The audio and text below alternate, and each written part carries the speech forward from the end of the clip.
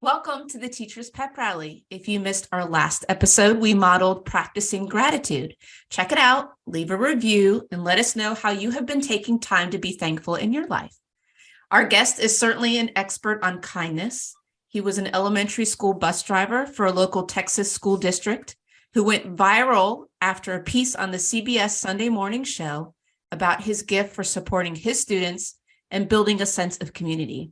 He is now a program specialist at the same district in student welfare and has received the Turn the World Outward Award from the Arbinger Institute this year. Let's talk about kindness and learning. Please welcome to the Teacher's Pep Rally, Curtis Jenkins. Yay!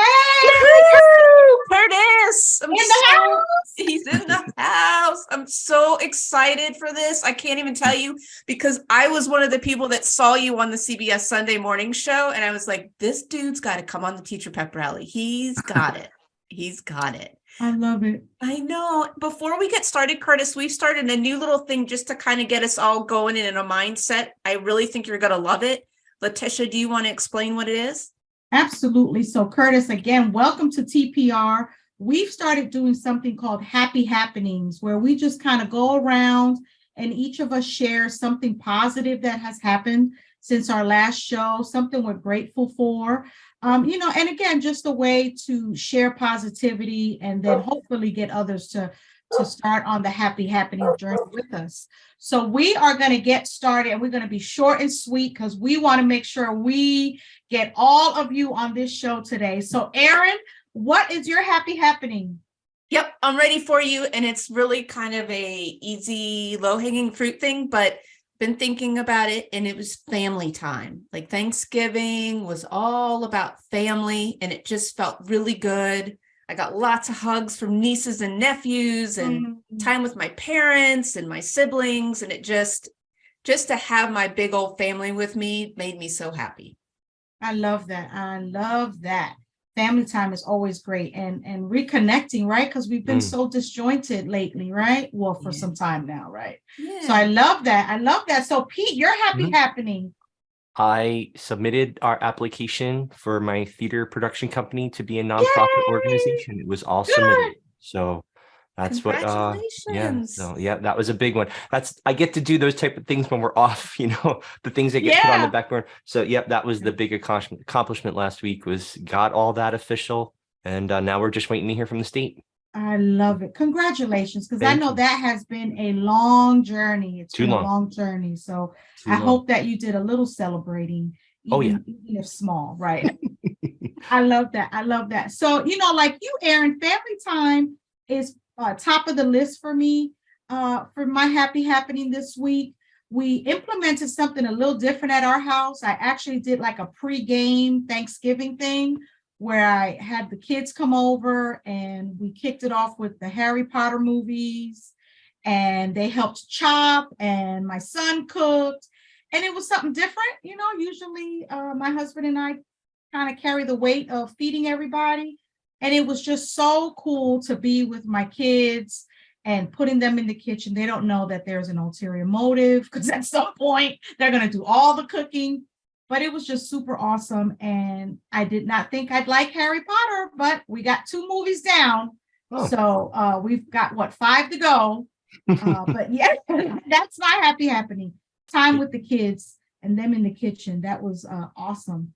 So Curtis, we've saved the best for last. Your Happy Happening. Anything you want to share? I got this annual thing I do on Thanksgiving all the time. I feed the homeless. And that's my happy. I like to cook. You can see I'm not a little guy, so I like to cook. And I had some fun doing that. I actually had my grandsons out there. They were 3 years old, and they kind of looking at some things and what I'm doing.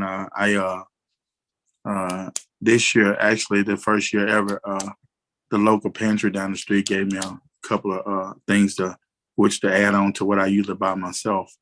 And I'm grateful for that. I met those people and the founders of the organization, and they were so happy to meet me. They had heard about me. And I didn't actually get the homeless a cold sandwich or anything. I actually barbecued a lot of turkeys on the grill. I did a lot of turkeys on the grill. I did dressing. My wife did dressing. We did cake. We gave them the same thing. Actually, we didn't cook them nothing different than what we ate. We ate the same thing that they ate. And I can remember it was our anniversary. Yay! On the 26th of November was our anniversary. Me and my kids' mom been together since actually we hadn't been married since the 8th grade, but we've been pretty much together since the 8th grade. Awesome. And I have 3 daughters, and I just have so much fun being around my grandsons and teaching them things in which I can not only tell them to do, I can let them see that I'm doing, mimic it, so they can grow up to one day, hopefully, someone else carry the torch and keep the legacy going on. You're awesome. Thank you so very much for sharing that. And, giving back in that way came up in our family this year. So thank you for sharing that happy happening. Well, Aaron, I hand it back to you because I know we want to get started and hear everything that Curtis has to share with us tonight. Yeah, I'm really excited about it. So let's start at the beginning of your journey in education, Curtis. I want to start at the beginning, and that was you were a school bus driver, I believe, for elementary school. You correct me if I'm wrong. And I'm curious if you could tell us, in your experience, what role do you think the bus driver plays in a school district? Well, the bus driver carries a bigger role than what they seem to carry. It's almost like the builder of a house, but, the president moved into it. We wouldn't have that White House if someone didn't build it. So sometimes that person that starts something, the kids, it may be the 100% the first thing outside of their parents, that when they walk out the house, in education, coming into education, that's the first classroom you step on is that school bus. I think you're so right, Curtis, because you actually inspired me to talk to my daughter, who's now 30, about Miss Hazel. And Miss Hazel was our bus driver. And I asked her, I said, tell me what made Miss Hazel special. Why did you bond? And she was like, she was just made me feel comfortable. She was patient and kind. Because I was a teacher at the time, she always let my daughter sit in the seat right behind her so she could sleep a little longer. She'd feed her if she had to, and I'm like, I needed Miss Hazel to be part of my trusted tribe. So I love that you're saying that, because you're absolutely right. The bus driver is the first face they see after their parents. I love it. A schoolhouse on wheels. Yeah, that's brilliant.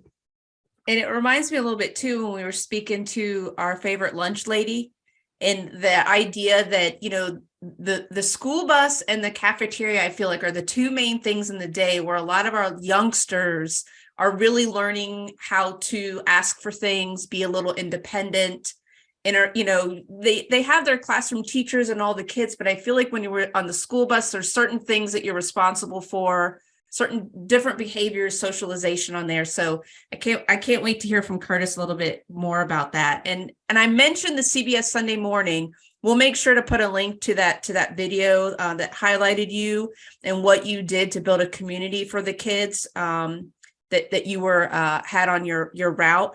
I'm curious if you could tell us what you were doing to build that sense of community for the kids on your bus, since I know that we saw the video, but I don't want to assume our listeners have. Can you tell us some of those things you did to build that community for your children?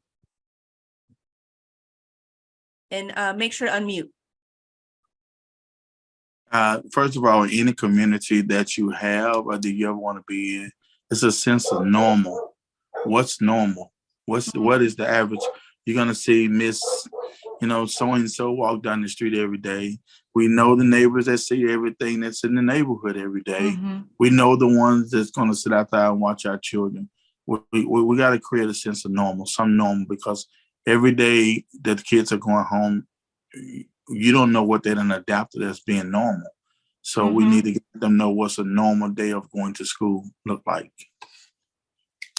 That's great. I love that. Yeah, I was thinking, what are some of those things that you did then to kind of build that sense of normal with your students? Getting a sense of getting to know the people around you, the people that you got to see 187 days of the year. For one, so many people go by every day, and So many people we drive by, look at our cars. We drive by every day. We drive by things we don't even notice unless it's going to affect our life. But just imagine if the people on that bus every day around you is going to be somebody that's going to affect your life in the future. And it can and will. I always tell the kids about the Spider-Man effect. Just because Spider-Man had a special gift that we all do have a special gift. And he went into making money. Most of us go into making money, right? Just to make a living, right? To build a career, right? So we go into making money. He uses special gift to make money instead of making a difference. And in the end, he ended up making a difference because he didn't use it to make a difference. The guy that was not going to pay him the money he asked to pay, he didn't pay him. He told him to get out of you, Spider freak. The guy got robbed. The guy got robbed, and Spider-Man saw him and didn't even stop him because he said, well, let him get robbed. He didn't pay me my money. I don't care. He was so much in his feelings about what he was going through because the guy had did him wrong. He didn't even stop the guy from robbing somebody and then no robbery was wrong. And then he went on the corner, which he didn't tell Uncle Ben he was a wrestler, and waited on him. And Uncle Ben never came, remember? So just because he didn't make a difference and stop that bad guy ended up affecting him in his life because he killed his Uncle Ben. Don't let the people around you, the things around you that you see, let go and don't want to make a difference, change the future of your lineage. I mean, and then using the whole Spider-Man, I love that because you're relating to the kids, right, Curtis? Yes, yes. The thing I love about this, about the making normal that you mentioned, unfortunately, so many of our children don't have a father figure, right, a parent that even takes the time to do what you just did, which is to take something that they're familiar with, tell a story, to teach a lesson. Like, these are things that we assume children have, right? But we all know this. Kids are raising themselves. And of course, there are so many reasons behind that, right? So a sense of normal, to have a positive male role model, right? Because I'm sure, I hate to say this, everybody doesn't have a Curtis, a bus driver, because I've seen some of them bus drivers in action. But to have you take the time to teach, to get to know them, to relate Spider-Man to their lives, that is creating a new normal. Very powerful new normal. Curtis, I love the way you just put it out there, the way you talk, the way you communicate. It's so relatable. And I teach elementary, and I just know the kids must eat it up. It's so accessible, and you're just saying how it is. Listen, I'd love to know, in your way, in your words, how would you describe what is kindness? Kindness is something. Kindness is something that really can be taught. Believe it or not, it can be taught. Because when I first started, the kids didn't know what the word kind even mean, and I was like, kind. How can I put it in these kids' head on being polite, having some? Well, it started with having integrity, making the normal seem normal, and making the normal seems like nothing that's abnormal. We used to actually line up on Fridays, walking into the school on both sides of the sidewalk, walking into the main entrance. My bus, we lined up on each side of the sidewalk, and everybody walked into the school. We gave them a big greeting, good morning, like we was having a pep rally on Friday mornings, because that was the one thing that I wanted them to be able to do, get to know people. People are not invisible. They weren't made to be invisible just to walk by, not to be seen. If that's the case, we wouldn't have these big frame of bodies we have. We are meant to be seen. And so many people, I do experiment sometimes and just walk up and just count how many people that didn't notice me or even speak to me or even say anything to me. And it's alarming, and that's my fuel. That's like going to the gas station every day. I want that many people to get contagious enough. I did a class called Kindness is Contagious. It's called Kindness is Contagious. Once you give it to somebody will want to give it back. And my example of kindness, of just being nice, being somebody that somebody need in their life. You don't know what somebody needs. Someone just may need to be noticed. Someone may just need to say a good morning, good afternoon, or how are you doing today? No, how are you really doing? Now, I didn't ask, just speaking, just having a smile, just smile at somebody and nod. Thank you for modeling that. We can do an experiment right now. Everybody just do like this. Now, everybody just take a big smile. Watch what happens.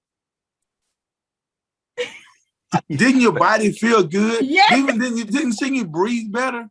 It's a smile is something that is you can't put it in a medicine bottle, but you can wear it on your face. I mean, I just feel like you are just bringing back, I don't want to date myself too much, but I just feel like you're just bringing back some good old, just life skills, right? Like common sense values. I mean, common sense values. That's all it is. And it's so needed. And, Curtis, last year I had the opportunity to work with all boys school in a pretty tough neighborhood here in Georgia where we are. And, we talked about this kindness, and I learned that in their hearts, they really are kind, but the environment they live in, kindness is looked at as a weakness. It is. And so I just think it's so powerful for you, and I'm going to put it out there, as a Black man, to be kind, yet strong and serving your community.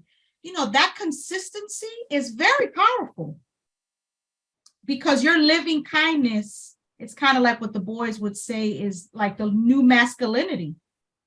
Like the new masculinity is really kindness, but you could be strong and all of that other stuff too. So, I mean, thank you for bringing it back. Thank you for bringing it back. I feel like too, keep thinking about Curtis is reminding me what it means to be a good neighbor or a good citizen.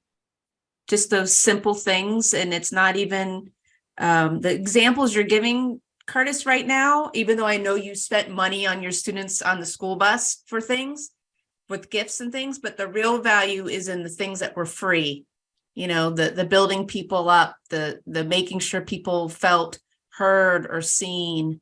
And so that's what I love about your message. And so now you're a specialist, I believe, in the same school district in student welfare. Can you now give us a description of what that role looks like for you day to day? Well, that role looks like it's almost like a specialist. Specialists are some people that you really don't know. You really don't supposed to know what they do. And that's what specialists are. Specialists is that they specialize in certain things in which you don't really want to highlight the things because the things are so needed. It's pertinent that you keep these things. Certain people can do it because certain people are only picked to do these type of things. It's no more than what everybody else can do. I aid in the student service department. I do. It looked like the same thing I did on my bus, pretty much on mentoring. It's a lot of kids that's needed it.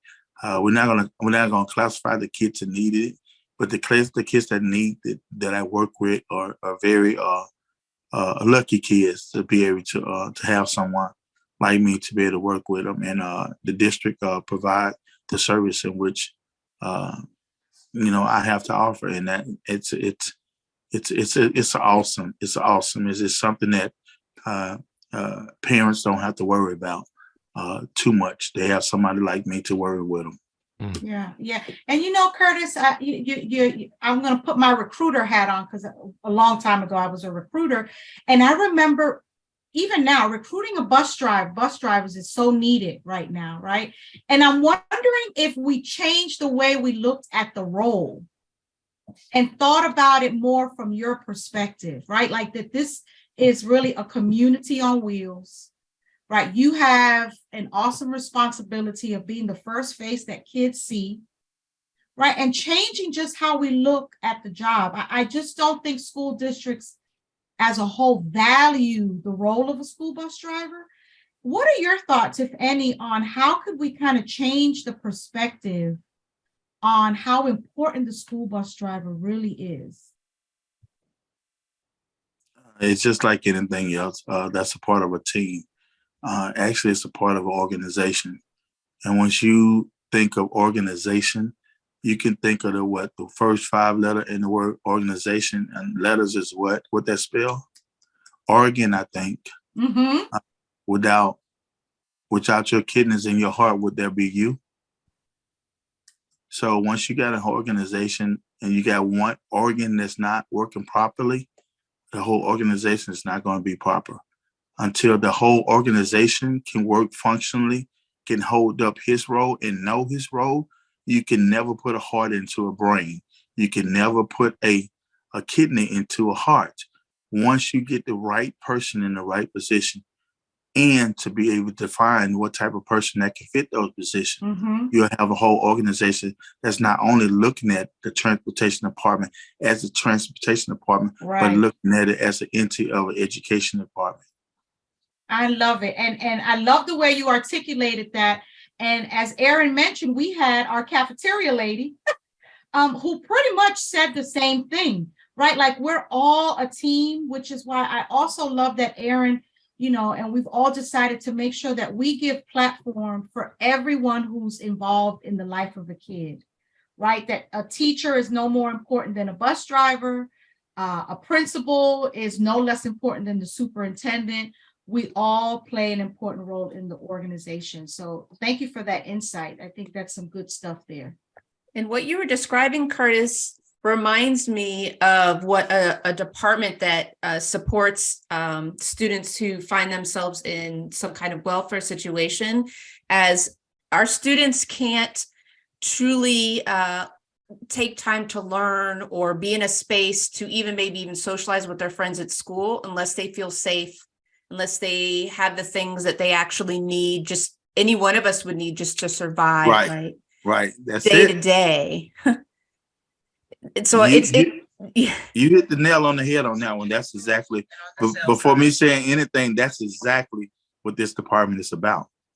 Yeah. Basic necessities first before anything. And long as you can focus on what you need to focus on instead of focusing on what you don't have.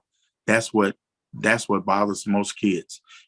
Kids need to have the ability to be able to focus on what they need to be doing. And sometimes so many kids focus on what they don't have or who's not in their life versus to what they need to be doing within their life. Yeah. And without putting a label on anything or on a person or a student, I want to just, because we do have a lot of parents that also listen to the podcast, would you mind listing a couple of things that a student who might need your services might find themselves in, just so that everyone has an understanding as we're continuing this conversation of some of the things that you're doing to help support kids and their families? Well, I'm just an advocate. I'm an advocate for the families. I'm an advocate for the child. I'm the advocate for what the child can say, and I'm the advocate for the parent that don't know how to say it. So basically, the things in which sometimes a kid don't know how to say to their mom, or a mom don't know. We pass the way we raise our children on to the next generation. So the way we got raised is the way we raise our children. And sometimes we be taught wrong from the beginning. And sometimes that's the only normal you have. So I'm not going to even say they're wrong, but that's the only right that they know. And sometimes the only right that you know might not be the right way.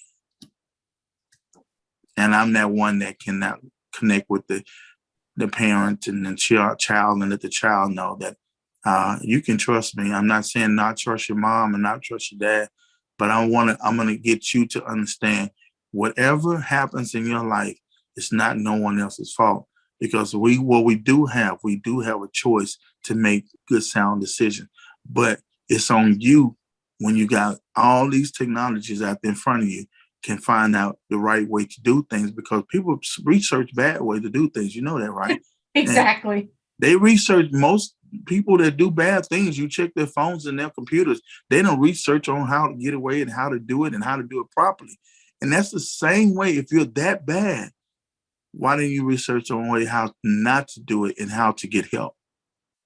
Yeah. And I'm curious for our teacher friends, what are some programs or protocols or things that you would advise for them to do when, because we all see it because we deal with students day to day. When we have students where we feel like there may need to be some kind of support, and for some reason they're not getting it, what kind of recommendations would you first and foremost have for our teachers? Sit down, have a discussion. If it's a parent, have a discussion with your child. Be in your child's life. Check their grades. See what's going on. See what they're liking, what they need. If you're not the person to be able to be specialized in that, reach out to someone.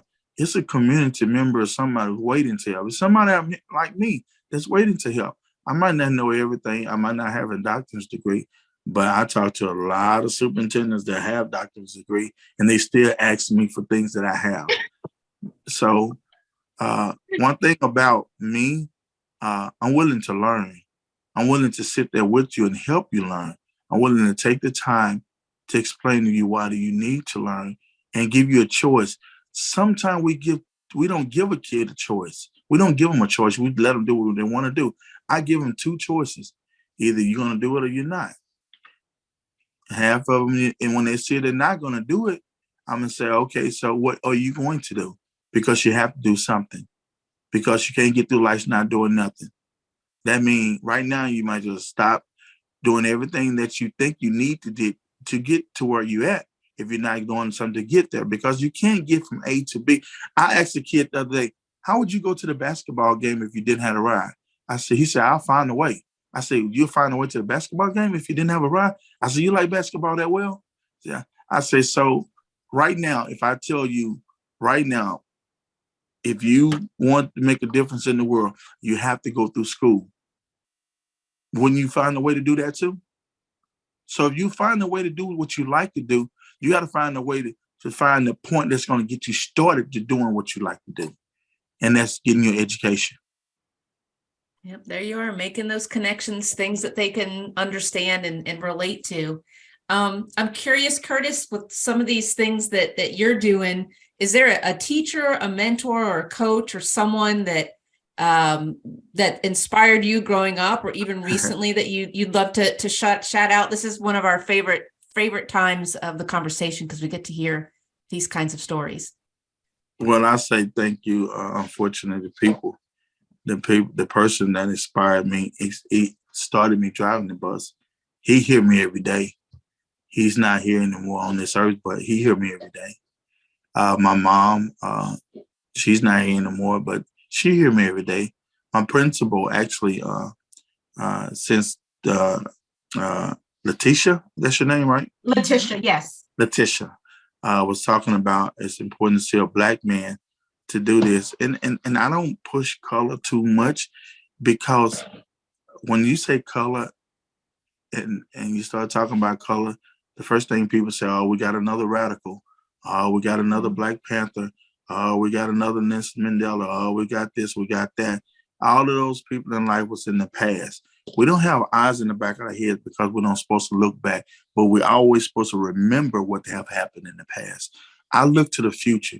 I don't look at the person, color, and which I would love to have saw a man like me in my neighborhood that wanted to help me and sit down and talk to me. But unfortunately, all I had around me in my neighborhood was drug dealers, guys as hustlers, and people that was coming back from going to pen when they were very young, like they was coming back from a college education. They treated them like they were celebrities. My principal, it was something totally odd. I talked about it. A white guy that in my community, in my culture, I ain't saying Black, I'm just saying my culture, because culture is a mindset. My culture, I was taught that white people don't care about you. And that's not the way life's supposed to be explained to a child that haven't a portion of his life, because you're going to have something that you can't control after a while. He's going to start hating and resenting something that he never gave a chance to even get to know. So my principal, he looked my mom in the eye and told her, let him go to my school. I got it. And I didn't know what he mean by that. He would actually come get me out of the classroom. And I heard you wasn't doing well in class. And he said, what are you doing? I'm nothing. He said, I can see that by your grace. From this day forward, you'll sit down in the office with me and you'll do your work. Until you can learn to do it yourself, you will sit there. I'm not going to make you do it, but you can't leave until you do it. So he started coming to get me out of the classroom every once in a while. He said, because Curtis, you're a leader. You had something in you. You got something in you. At that time, I didn't know. I just knew I was just a young kid growing up. He said, man, when you act right, a lot of people want to act right around you.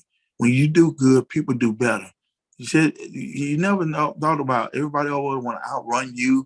Everybody always want to beat you in this and beat you in boxing, because you set the bar for people to go after. So if you're going to set the bar, set it straight and set it right. Don't set it the wrong way. He had told me more things than I ever heard from a man of my color in my life. Well, it sounds like you are taking a lot of those wonderful things that he did for you, and you're paying it forward, like you had mentioned before. And the other thought I had is, we all just want someone to believe in us, right? That's all we want. We just want someone to believe in us. Curtis, this is a time when we kind of go around and we talk about something that inspired us that you said today, something in the conversation that maybe we want to start doing. So we're going to go around and kind of share our kind of inspiration or our little thoughts that we had while we were talking. And then you as our guest get the last word. Does that sound okay? Yes. Okay, great.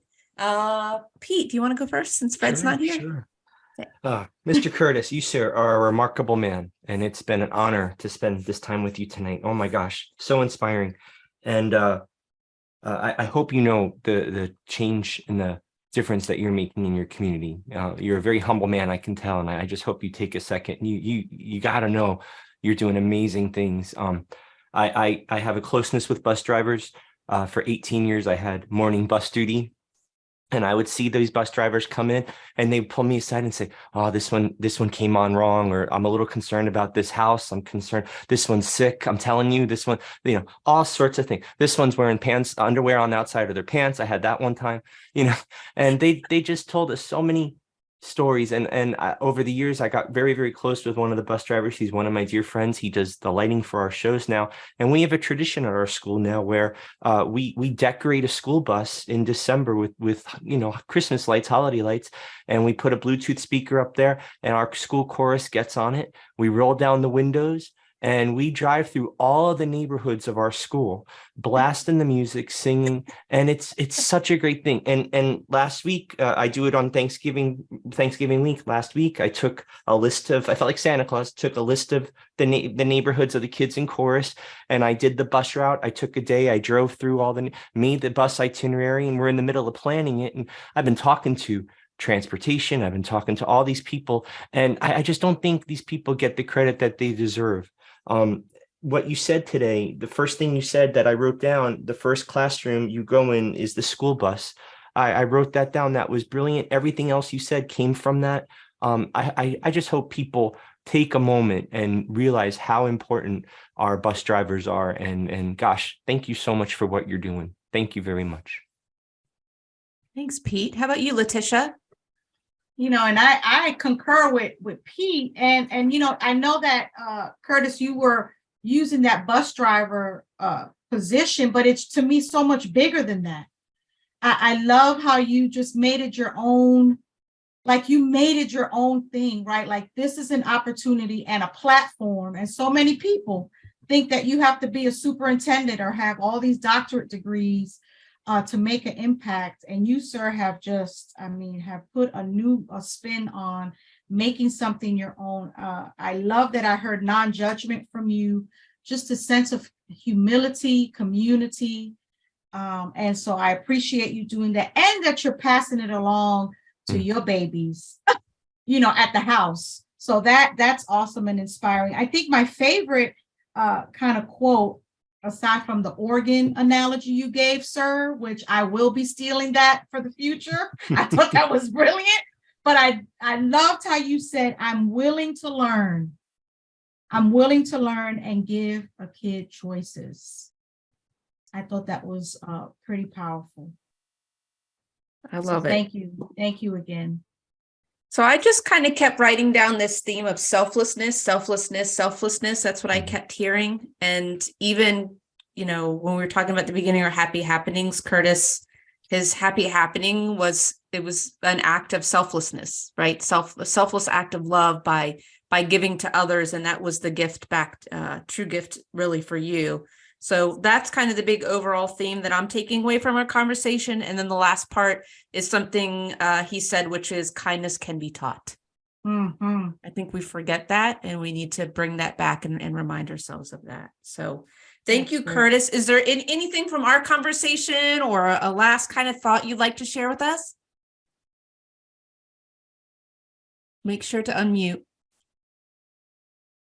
I just thank everybody to that's willing to pick up and carry the torch and plant their own gardens in their own neighborhoods and their own houses from the seeds in which that's already been out there. I'm just the one that's pull it out and redistribute it. And I mean, it's nothing, a wheel that I made. I just didn't reinvent it. I just started using it. It's like we all gonna have to do more. And my thing is just do more. Do more of what you've been doing and do more. I mean, some people do a lot, but it's nothing. Just do more. I'm serious. He's doing bus duty. That's a good thing. Listen to those bus drivers. Some of those bus drivers, and a lot of people pick the job just for the money. And that's okay. I tell them that's okay too. But now that you're picking this job just for the money, I would like to talk to you about what pressure cargo did you do have on this bus, and let them know the importance of not only you making money and paying the bills, but you may have the next president or the next sheriff or the next congressman or the next doctor that come up with the research to save the child of yours or your family lineage one day on your bus. That's some stuff that really will make a difference in helping them kids learn what integrity is. And that person will always remember the person that helped them versus the person. One time a kid, I was flagging this lady down. She had a flat tire, and I was trying to tell her. She didn't want to look at me. Matter of fact, I let out in the window, and I was getting ready to open the door, and I did like this. She locked the door and pulled off. It was nothing, and that's just being safe. I don't look at it as being wrong. I went straight to the store later on this afternoon, about an hour and a half later, to a quick trip to the store, and two little kids come running in the store, go, "Hey, Mr. Jenkins," and grab my leg and hug me. And I looked up, and then the lady said, "Oh, you're the one that they're talking about. They love you so much.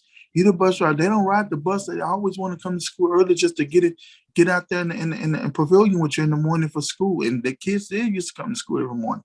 I didn't really know how they got there, but they used to come to school every morning before they had to be at school, just to come over there and sit over there with me and my kids on the bus. Well, we walked out the store talking, and guess what? The lady got in the car and wished the car that didn't even want us out. So, and I didn't have to say anything to her.